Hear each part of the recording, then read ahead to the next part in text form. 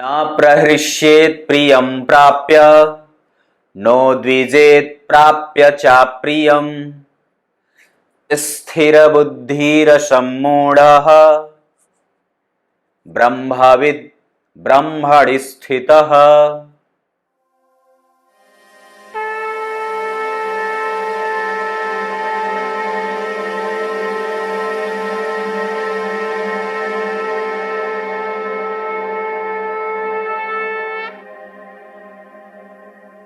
दर्शकों नमस्कार, एक बार फिर से उपस्थित हूं आप सबके सामने गुरुवार के कार्यक्रम में बुधवार के बाद। आज आपसे चर्चा करने वाला हूं भकूट दोष के बारे में। बहुत लोग पूछ रहे थे पंडित जी भकूट के बारे में चर्चा करिए कभी।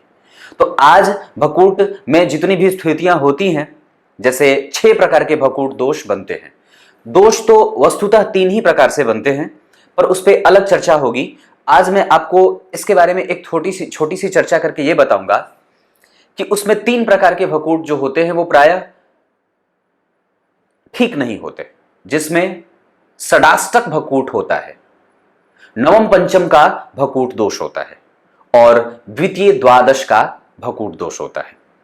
इसमें से हम आज जिसकी चर्चा करने वाले हैं वो षडाष्टक की करने वाले हैं। बन के रहिएगा कार्यक्रम के अंतिम हिस्से तक, कहीं नहीं जाना है। बिल्कुल आरंभ से लेकर के अंतिम तक प्रत्येक दिन का कार्यक्रम देखा करिए और हमेशा देखा करिए। प्रतिक्रिया जरूर लिखा करिए, ये बहुत अच्छी बात है। और जय श्री कृष्णा ही लिखना, और कुछ लिखो ना लिखो। डेट ऑफ बर्थ तो आप देते ही हो, डेट ऑफ बर्थ में आरंभ में जय श्री कृष्णा जरूर लिख दिया करिए। और प्रणाम नकुल जी और प्रणाम गुरु जी लिखने की कोई आवश्यकता नहीं है। आप जय श्री कृष्ण का नाम लोगे तो भी कुछ ना कुछ बन ही जाएगा। तो ऐसे शुरू करते हैं आज का कार्यक्रम। कार्यक्रम के आरंभ में बोले गए श्लोक का अर्थ भी बताने वाला। आइए अब आपको सीधे विषय पे लेके आता हूं। बात यहां से शुरू होगी और यहीं पे खत्म। आराम से समझेंगे तो आसानी से समझ में आ जाएगी। अगर घोंच पोंच करूंगा तो फिर दिमाग में भर जाएगी। और मेरी सबसे जो प्रबुद्ध दर्शिका है SS त्रिवेदी जी, वो लिखती है कि मोटी बुद्धि की हूं, इस वजह से नहीं समझ में आता है। तो मैं जब कार्यक्रम बनाता हूं तो कई बार ये मेरा प्रयास होता है कि मैं बिल्कुल आपके लेवल पे आकर के उसे समझाने का प्रयास करूं। और चूंकि मैं जानता हूं कि मेरे जो दर्शक हैं वो बहुत प्रबुद्ध नहीं हैं और बहुत जो है वो ज्योतिष के जानकार नहीं है, वो अभी नए हैं और नए तरीके से नए सिरे से उसको खोज रहे हैं, उसको समझ रहे हैं और ज्योतिष को समझने का प्रयास कर रहे हैं। ये बहुत अच्छी बात है, बहुत अच्छी बात है। तो अपन शुरू करते हैं। और यहां मैंने 3 स्थिति बनाई है। आज जो बता रहा हूं मैंने कहा षडाष्टक भकूट के बारे में चर्चा करेंगे, फिर कभी मैं आपको बताऊंगा द्विद्वादश के बारे में बताऊंगा, पर आज आपके दिमाग में सिर्फ षडाष्टक को समझने का प्रयास करेंगे। और दिमाग को इसके लिए तैयार करिए कि अगर पुरुष की कुंडली है और स्त्री की कुंडली है, मान लीजिए आपके सामने दोनों कुंडलियां सामने होगी। अब उसमें आपको सबसे पहले तो नक्षत्र देखना है कि जातक किस नक्षत्र में जन्मा है और जातिका किस नक्षत्र में जन्मी है। मैंने क्या बताई थी बात कि नक्षत्रों का संबंध और चंद्रमा का संबंध ही वस्तुतः कूट मिलान में, दशाकूट मिलान में देखी जाती है, अष्टकूट मिलान में देखे जाते हैं। इसी के आधार पर वो तय होता है कि विवाह कैसा होने वाला है और बाद में हम उसके अंक मिलान के बाद उसमें ग्रहों की स्थिति कैसी बैठी है इस पर चर्चा करते हैं। पर भकूट में 6 प्रकार के भकूट होते हैं, जिसमें से 3 उत्तम माने गए हैं और 3 निषेध हैं, उसे करने से मना किया गया। तो मान लीजिए आपके सामने अगर दोनों कुंडली उपस्थित है तो आप सबसे पहले ये देखो कि वर की कुंडली में चंद्रमा कहां बैठे हैं। अब वहां पे नक्षत्र नहीं देखना है, सिर्फ चंद्रमा को देख लीजिए। और वही दूसरी बार ये देखना है कि स्त्री की कुंडली में जो वधू है उसमें चंद्रमा कहां बैठे हैं।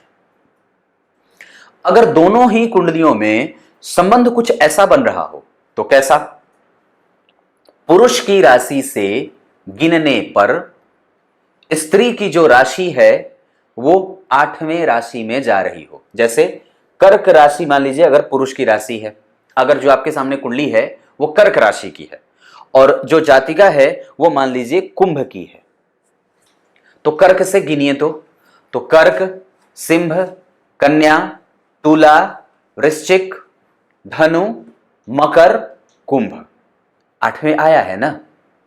तो अब ये भकूट दुष्ट भकूट कहा जाएगा, ये ठीक नहीं है। इसके परिहार के बारे में आज चर्चा नहीं करूंगा, नहीं तो फिर आप कंफ्यूजन में पड़ जाओगे, क्योंकि परिहार के बारे में हम चर्चा किसी अलग सारणी में बना करके उसको करूंगा।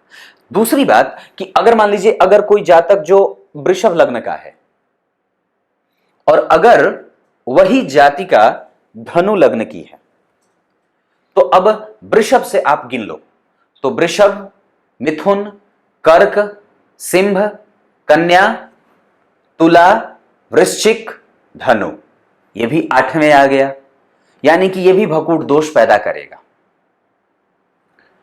और तीसरी देखिए, मैंने चंद्रमा को ऐसे सजाया है कि यहां भी तीनों एक साथ हैं, यहां भी तीनों एक साथ हैं, तो भकूट दोष जो है अगर उत्पन्न हो रहा है तो आपको आसानी से यह बात समझ लेना चाहिए। और दूसरी बात मैंने बताई है कि अगर मान लीजिए आपके सामने जो कुंडली आई है वो मीन की है, लड़का मीन राशि का है और जातिका अगर तुला की है, तो मीन से आप तुला गिनो, तो मीन, मेष, वृष, मिथुन, कर्क, सिंह, कन्या, तुला, यह भी राशि से गिनने पर 8वें आ रहा है। इसे भकूट दोष के अंतर्गत कहा जाता है।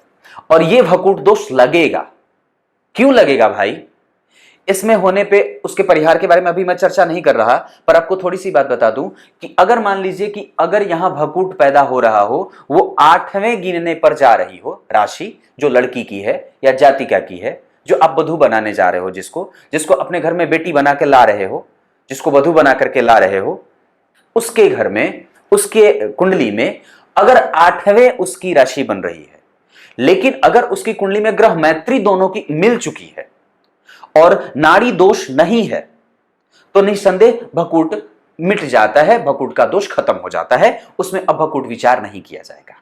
क्लियर है? लेकिन अगर नाड़ी दोष भी है और ग्रह मैत्री भी नहीं मिल रही है, तो निस्संदेह भकूट परेशान करेगा। और भकूट कैसा, तो 3 तरीके से। एक सप्त सप्तम का भकूट होता है जो अच्छा माना जाता है। दूसरा जो होता है वो तृतीय एकादशवें का होता है, खांसी आ गई थी बीच में, तृतीय एकादशवें का। और तीसरा जो भकूट होता है वो चतुर्थ दशम का होता है। ये 3 भकूट होते हैं जो प्रायः शुभ कहे जाते हैं, मतलब वो अशुभ नहीं है, वो ठीक है। उसमें अगर वो बात बने कि अगर मान लीजिए लड़के की जो राशि है और जो जातिका की या लड़की की राशि है, अगर वो सप्त सप्तम हो, मतलब गिनने से 7वें आते हो, तो विवाह किया जा सकता है। उसके बाद अगर तीसरे और एकादशवें बनते हो, मतलब लड़की की जो राशि है वो लड़के की राशि से 11वें नंबर पर आ रही हो, तो भी विवाह किया जा सकता है। उसके बाद अगर गिनने पर 10वें जा रही हो, लड़के की राशि से अगर लड़की की राशि है वो 10वें जा रही है, तो भी विवाह किया जा सकता है। ये भकूट शुभ भकूट है, ये कमजोर और कष्टकारी नहीं होते।